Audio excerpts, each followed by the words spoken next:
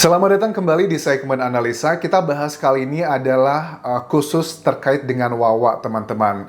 Saudara dari Agus ini memang dinilai masyarakat ya serba salah ya, kontroversi. Ada yang mengatakan bahwa kebaikannya Wawa ini ada yang mengatakan tulus, ada juga yang mengatakan jangan-jangan hanya karena uang 1,5 miliar lebih tersebut yang Agus miliki, ya itu adalah hak kalian masing-masing mengejutnya seperti apa. Tetapi akan kita coba cek jejak digital waktu Wawa itu kan ngobrol ya dengan di podcastnya Denso.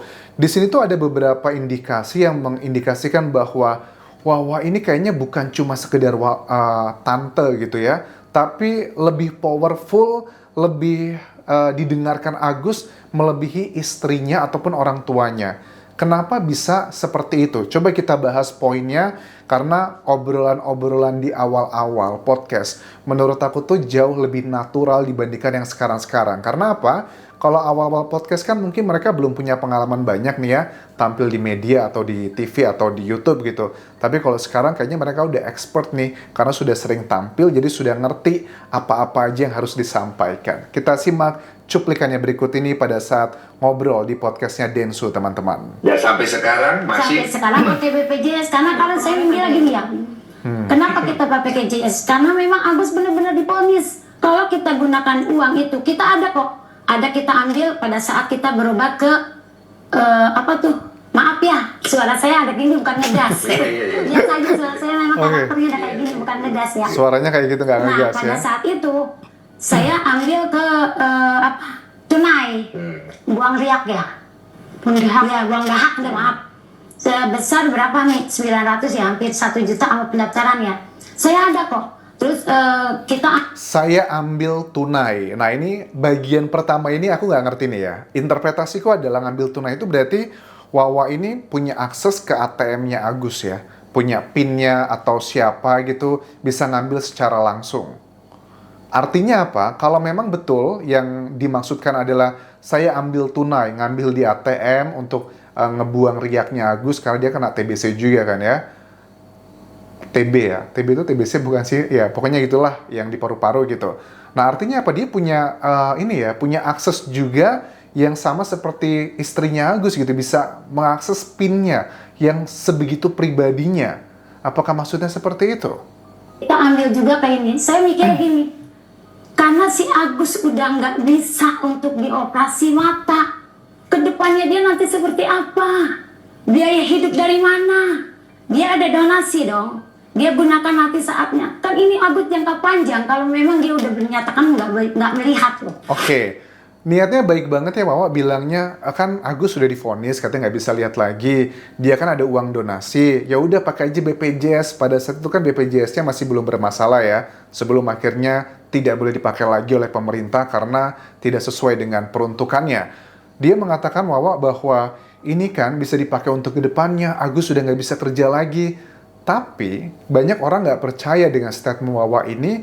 Kenapa justru malah 98 juta kurang lebih uangnya Agus ditransfer ke Wawa, ke keluarganya Wawa. Walaupun dia bilang, saya nggak tahu apa-apa. Tapi atas nama hutangnya, hutang siapa? Yang 35 juta yang dengan jaminan rumahnya. Masa dibilangnya nggak tahu apa-apa, tapi atas nama hutangnya Wawa. Kemudian diketahui setelah drama, ada uang 8 juta juga yang ditransfer buat sekolah anaknya Wawa.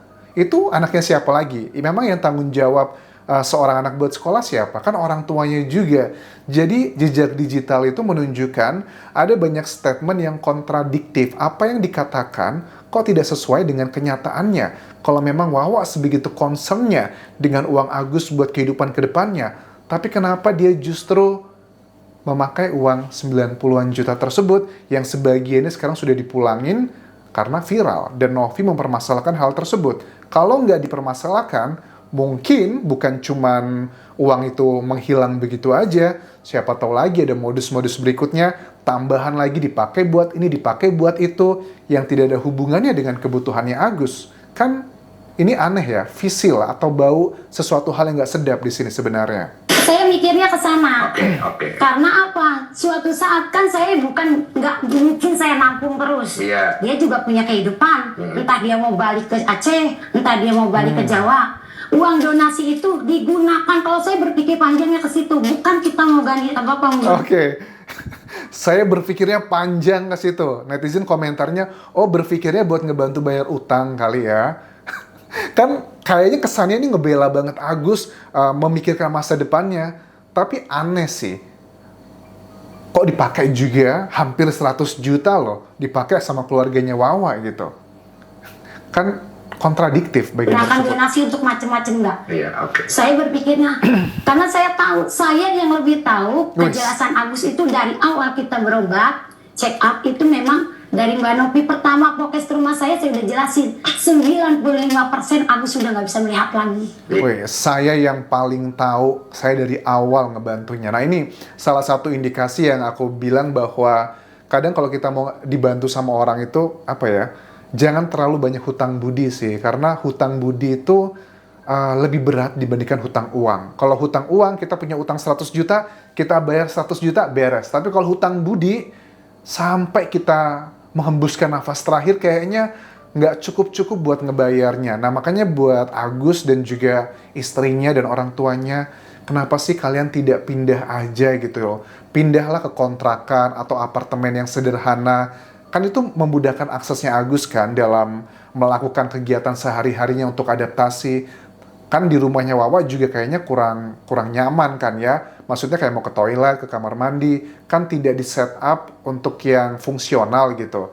Nah makanya kan mereka ini kayak cari masalah sendiri aja sih. Dan apakah mungkin karena Agus ngerasa utang budi sama Wawa dan begitu mendengarkan apa yang Wawa ucapkan?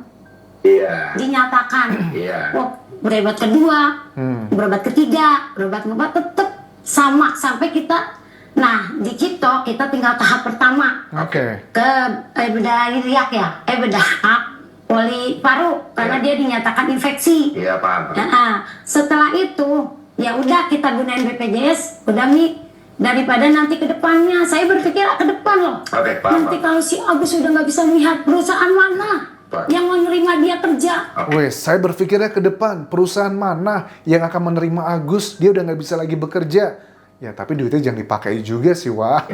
Itu yang saya maksud. Oke. Tanya Mbak Novi ada di mana? Kalau aku waktu terakhir aku dapat info, waktu itu dapat telepon dari Mbak Wulan, aku ingat banget aku lagi ada acara sama timku. Itu bilang aku lupa yang kanan apa yang kiri emang tidak bisa melihat, tapi Iya. kemungkinan besar salah satu mata lagi katanya bisa untuk dibantu obati dengan cara operasi secepatnya. Nah, ini kan terbukti yang Novi katakan ini ya. Ini kan dokumentasi waktu mereka ketemu di podcastnya Denso.